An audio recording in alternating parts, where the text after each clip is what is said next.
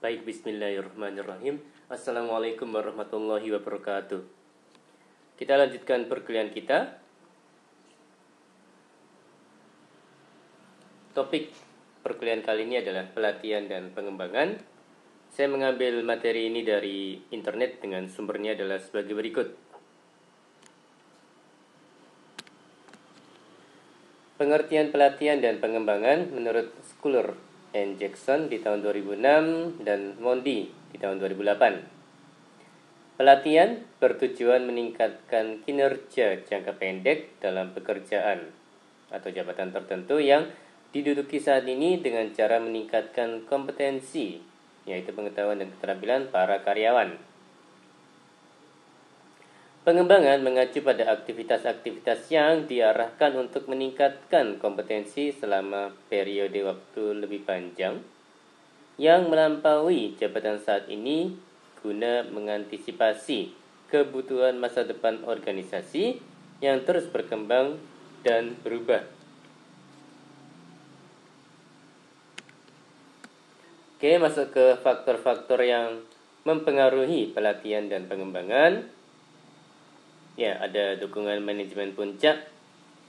Ini jika ada dukungan dari manajemen puncak atau pimpinan puncak gitu ya, itu insya Allah kegiatan pelatihan dan pengembangan akan berjalan lebih lancar dan ada dukungan gitu ya. Jadi hambatan-hambatan misalnya dalam hal finansial gitu, insya Allah bisa lebih mudah diatasi. Kemudian ada komitmen para manajer, baik spesialis maupun generalis. Kemudian ada kemajuan teknologi, terutama komputer dan internet. Ya, poin ini berasa ya di masa pandemi ini, Mas dan Mbak. Jadi pelatihan dan pengembangan bisa dilakukan via online gitu ya. Ya, menggunakan Zoom misalnya. Ya, jadi poin ini berasa di masa pandemi ini. Berikutnya ada kompleksitas organisasi yang menyebabkan tugas-tugas dan interaksi menjadi lebih rumit. Ada gaya belajar dan ada fungsi-fungsi sumber daya manusia lainnya. Oke, ini proses pelatihan dan pengembangan menurut Mondi di tahun 2008. Jadi yang garis keluar ini lingkungan eksternal ya, Mas dan Mbak. Kemudian yang garis yang lebih dalam lagi itu lingkungan internal, menentukan kebutuhan spesifik pelatihan dan pengembangan. Kemudian menetapkan tujuan-tujuan spesifik pelatihan dan pengembangan. Kemudian memilih metode dan sistem penyampaian pelatihan dan pengembangan. Kemudian mengimplementasikan program-program pelatihan dan pengembangan. Dan berikutnya adalah mengevaluasi program-program pelatihan dan pengembangan. Oke, masuk ke subtopik tahap-tahap pelatihan dan pengembangan menurut Werther dan Davis di tahun 1996. Ya, ada analisis kebutuhan, ada penetapan tujuan pelatihan dan pengembangan, ada penyusunan isi program, ada penerapan prinsip-prinsip pembelajaran, ada pemilihan metode pelatihan dan pengembangan, serta ada evaluasi pelatihan dan pengembangan. Oke, prinsip-prinsip pembelajaran ada beberapa poin, yaitu ada partisipasi, ada pengulangan, ada relevansi, ada kecepatan transfer, dan ada umpan balik atau feedback ya Mas dan Mbak ya. Jadi proses belajar itu juga butuh feedback juga.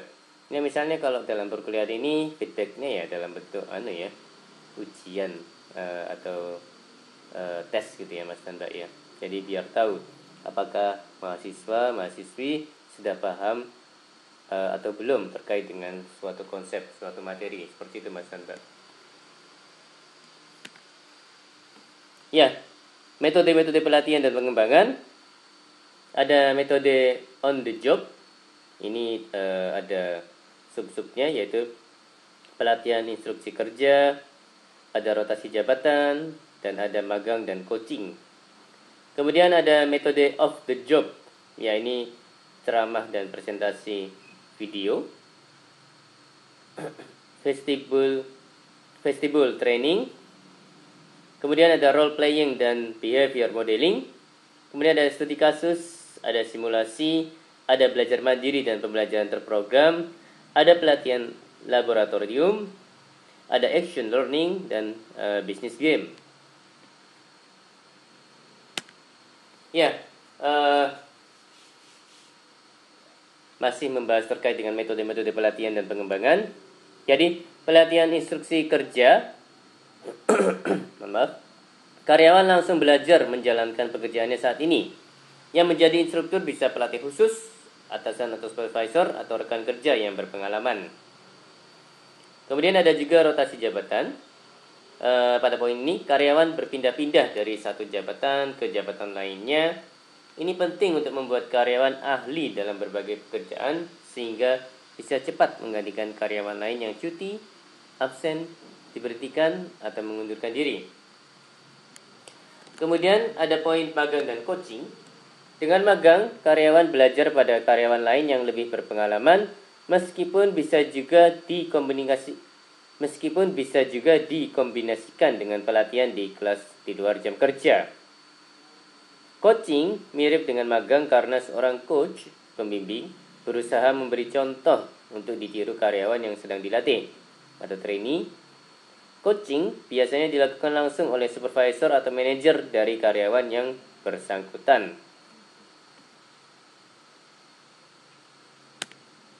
Oke, ada poin ceramah dan presentasi video. Ceramah dan metode off the job lainnya lebih mengandalkan komunikasi dibandingkan contoh. Ceramah adalah cara yang populer karena relatif murah dan bisa mengatur bahan belajar untuk disampaikan dengan baik. Workshop online ya misalnya ya. Namun, partisipasi, umpan balik, kecepatan transfer, dan pengulangannya seringkali rendah. Hal ini bisa diatasi dengan menyisipkan sesi diskusi dalam ceramah. Ya, tanya jawab gitu ya Mas dan Mbak ya. Presentasi melalui televisi, film, dan slide mirip dengan ceramah, bahkan hal tersebut bisa lebih menarik bagi peserta pelatihan. Ya, dan juga bisa mengatasi kebosanan ya Mas dan Mbak ya.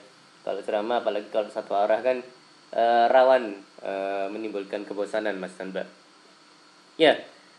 Poin vestibular training. Vestibular training adalah pelatihan yang menggunakan tiruan dari situasi kerja yang sesungguhnya.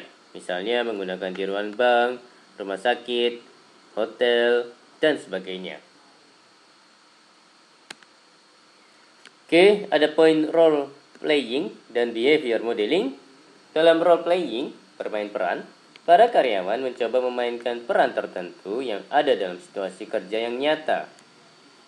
Misalkan saja ada karyawan yang memainkan peran manajer yang sedang memberi saran kepada bawahannya, dan ada karyawan yang memerankan bawahan tersebut. Dalam behavior modeling, para karyawan berusaha meniru perilaku kerja tertentu sampai mereka benar-benar menguasai. Rekaman video bisa membantu para karyawan untuk mengamati perilaku mereka sendiri dan memperoleh umpan balik untuk penyempurnaan. Ada juga poin studi kasus. Dengan studi kasus, para karyawan mempelajari situasi nyata atau rekaan yang bisa terjadi dalam pekerjaan mereka. Di sini mereka bisa meningkatkan kemampuan pengambilan keputusan, decision making, dan pemecahan masalah, problem solving. Begitu ya Mas dan Mbak ya. Oke, ada poin simulasi. Simulasi biasanya menggunakan mesin canggih yang bisa memunculkan situasi kerja yang nyata. Mesin itu disebut simulator. Misalnya saja ada simulator pesawat terbang, kapal laut, kereta api, dan sebagainya. Ada pula simulator yang berupa program komputer yang bisa mensimulasikan strategi-strategi dalam bekerja, misalnya strategi bisnis, olahraga, dan sebagainya.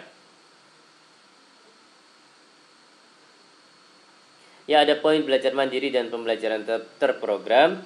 para karyawan bisa mempelajari sendiri pekerjaannya dengan bantuan bahan-bahan instruksional yang dirancang sedemikian rupa. Cara ini sangat berguna jika posisi karyawan tersebut secara geografis sehingga sulit mengumpulkan mereka pada satu lokasi. Ya, apalagi di masa pandemi ya, bisa menjadi contoh ya Mas dan Mbak ya. Dengan perkembangan komputer, cara ini menjadi lebih mudah karena para karyawan bisa lebih cepat memperoleh umpan balik dan panduan melalui program komputer yang dirancang sedemikian rupa untuk menyampaikan materi yang bisa dipelajari sendiri oleh para karyawan. Ya, contohnya pada masa pandemi ini ya, karyawan diberikan modul belajar gitu, disampaikan via online gitu ya. Ya, baik online yang real time maupun online yang non real time. Oke, ada poin pelatihan laboratorium. Dalam pelatihan laboratorium, para karyawan berbagi pengalaman, perasaan, dan persepsi sehingga di sini mereka bisa meningkatkan kemampuan interpersonalnya. Oke, ada poin action learning juga. Dalam action learning, sekelompok kecil karyawan harus memecahkan sebuah masalah nyata yang terjadi dalam organisasi. Mereka dibantu oleh seorang fasilitator yang bisa seorang konsultan dari luar atau staf internal organisasi. Oke, ada poin bisnis game. Permainan bisnis adalah metode pelatihan dan pengembangan yang memungkinkan para peserta untuk mengambil peran-peran seperti presiden, controller, atau vice presiden pemasaran dari dua organisasi bayangan atau lebih, dan bersaing satu sama lain dengan memanipulasi faktor-faktor yang dipilih dalam suatu situasi bisnis tertentu. Ya, bisnis game. Oke, masuk ke pembahasan terkait dengan ukuran untuk mengevaluasi pelatihan dan pengembangan. Ada opini peserta. Ya, dalam hal ini menanyakan opini para peserta agar memperoleh respons dan saran untuk perbaikan, terutama dalam tingkat kepuasan peserta. Kemudian ada tingkat pembelajaran. Pada poin ini mengukur peningkatan kompetensi peserta dengan membandingkan hasil tes sebelum dan sesudah pelatihan. Kemudian ada poin perubahan perilaku, mengevaluasi kemampuan pelatihan dalam mengarahkan para peserta untuk mengubah perilaku mereka di tempat kerja.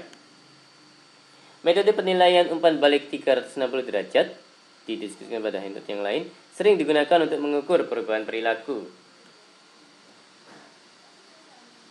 Ada poin pencapaian tujuan pelatihan dan pengembangan, mengevaluasi sampai di mana program-program tersebut telah mencapai tujuan-tujuan yang ditetapkan dan secara nyata berdampak pada kinerja. Ada poin benchmarking, proses memonitor dan mengukur proses-proses internal suatu perusahaan seperti operasi, dan kemudian membandingkan data tersebut dengan informasi dari perusahaan-perusahaan yang unggul dalam bidang-bidang tersebut. Mungkin bisa juga perusahaan-perusahaan pesaing atau kompetitor ya Mas dan Mbak ya. Benchmarking untuk pelatihan dan pengembangan umumnya berfokus pada ukuran. Saya ulangi, benchmarking untuk pelatihan dan pengembangan umumnya berfokus pada ukuran-ukuran seperti biaya pelatihan, rasio staf pelatihan terhadap seluruh karyawan, dan baru tidaknya sistem penyampaian yang digunakan.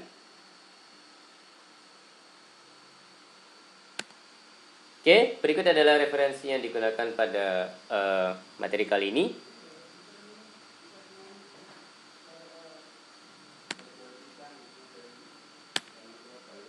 Baik, demikian dari saya.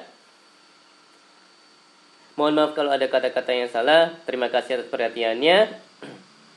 Wassalamualaikum warahmatullahi wabarakatuh.